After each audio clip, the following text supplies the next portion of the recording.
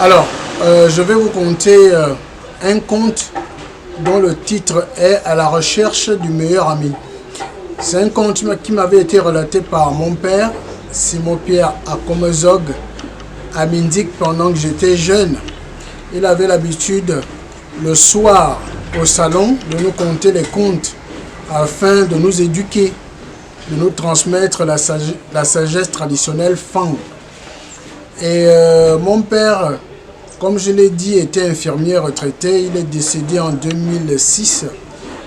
Et il était du clan Samokwas, du village Mian, canton La Lara. Et travaillait à Minzik. Il était un sage qui connaissait beaucoup de contes en langue Fang. Alors, pour ce qui est du conte à la recherche du meilleur ami, il me disait, dans un village, il y avait un monsieur qui avait un enfant, un monsieur très puissant qui avait travaillé, il avait beaucoup de richesses, c'était un homme influent du village. Alors, étant vieux, il n'avait qu'un seul enfant, mais cet enfant passait tout le temps avec ses amis, il se promenait, il jouait, il ne prêtait pas attention à ce que son père faisait. Et c'est pour cela qu'un jour, son frère lui avait dit « Mais mon fils, je suis en train de vieillir. Pourquoi tu ne restes pas avec moi pour me poser des questions afin de savoir ce que je fais? Demain, quand je ne serai plus là, comment tu vas diriger l'héritage? Comment tu vas continuer à perpétuer l'honneur de la famille ?» À chaque fois que le père lui parlait, l'enfant ne prêtait jamais attention, il n'écoutait pas son père. Toujours avec des amis. Il avait plusieurs amis, plusieurs d'entre eux. Et à chaque fois que son papa lui disait d'arrêter d'être avec ses amis et de passer le temps avec lui, l'enfant ne comprenait pas. C'est ainsi qu'un jour, son père l'appela et lui dit « Alors mon fils, je vais te démontrer que les amis avec qui tu traînes, ce ne sont pas des vrais amis. Parmi tes amis, il n'y a qu'un seul. » Et son fils a dit « Comment ?» Son papa répondit « Je te dis, parmi tes amis, il n'y en a qu'un seul. » Et l'enfant de dire « Mais parmi ses amis, mais je voudrais savoir lequel est le meilleur. » Et son père lui dit « D'accord, ce soir, on va faire un plan. Tu vas savoir qui est ton meilleur ami et qui est ton faux ami.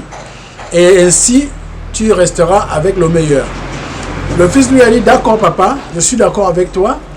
Le soir, je vais faire ce que tu vas me dire de faire afin de connaître qui est réellement mon véritable ami. » Le soir tombé, son papa, vers 19 h, est allé attraper un mouton. Il a demandé à son fils de venir. Ils sont allés derrière la maison. Son papa a égorgé le mouton. Il a pris le sang du mouton qu'il a déversé dans un récipient. Il a demandé à son fils de porter un t-shirt blanc. Le fils a exécuté et son père a pris le sang, il a versé sur son fils. Son père a pris le sang, il a versé sur la chemise blanche de son fils et il lui a dit « Dès qu'il sera 20 h, tu vas parcourir toutes les maisons où habitent tes amis et tu vas leur dire que tu as tué quelqu'un.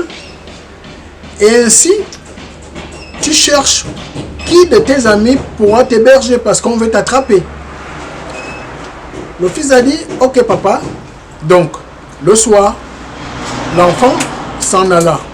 D'abord chez le premier ami, il cogna à la porte. « Coco, c'est moi Mba, c'est ton ami. » Et son fils de répondre « Oui, qu'est-ce que tu veux à cette heure-ci, ce fait tard ?» Il dit j'ai tué quelqu'un, tu vois, j'ai le sang sur mes habits, j'ai tué quelqu'un, on veut m'arrêter. Est-ce que tu peux me protéger?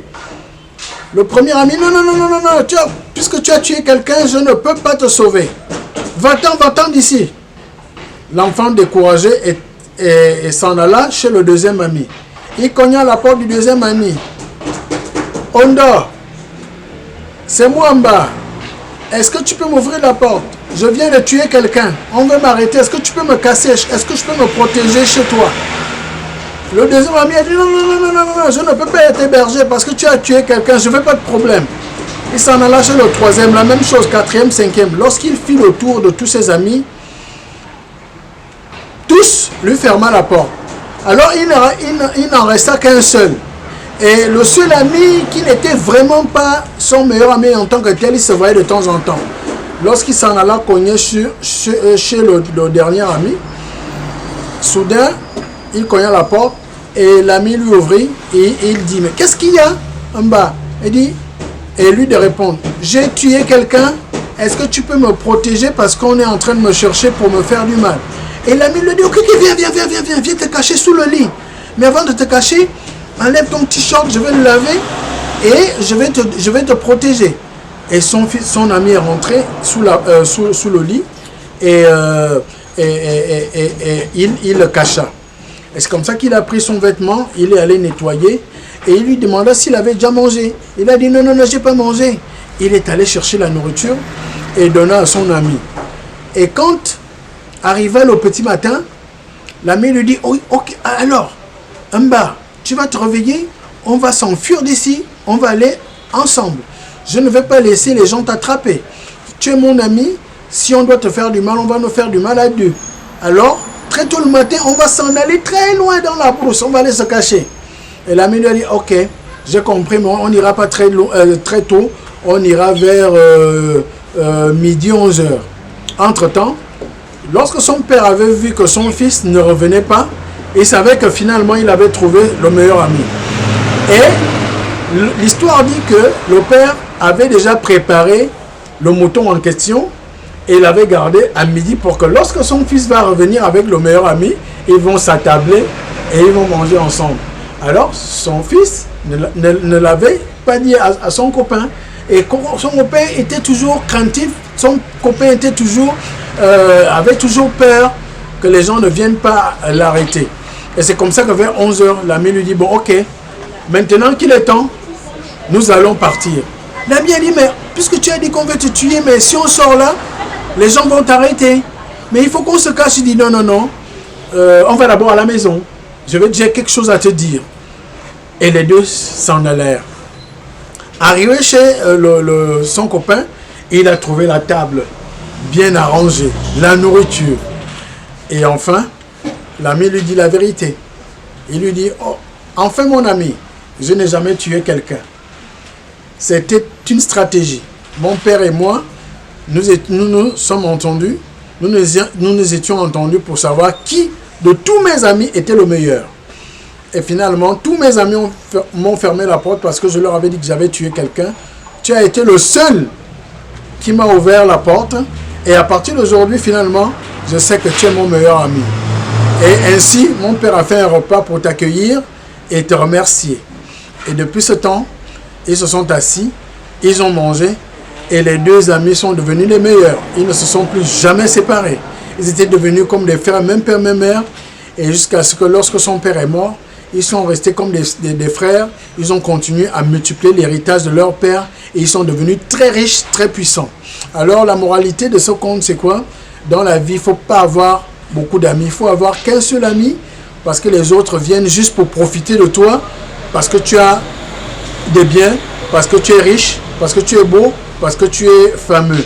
Et donc le vrai ami, c'est quelqu'un de désintéressé. C'est quelqu'un qui ne vient pas parce que tu as quelque chose. Mais c'est quelqu'un qui t'aime pour ce que tu es et non pour ce que tu as. Donc c'était la fin du conte. Merci.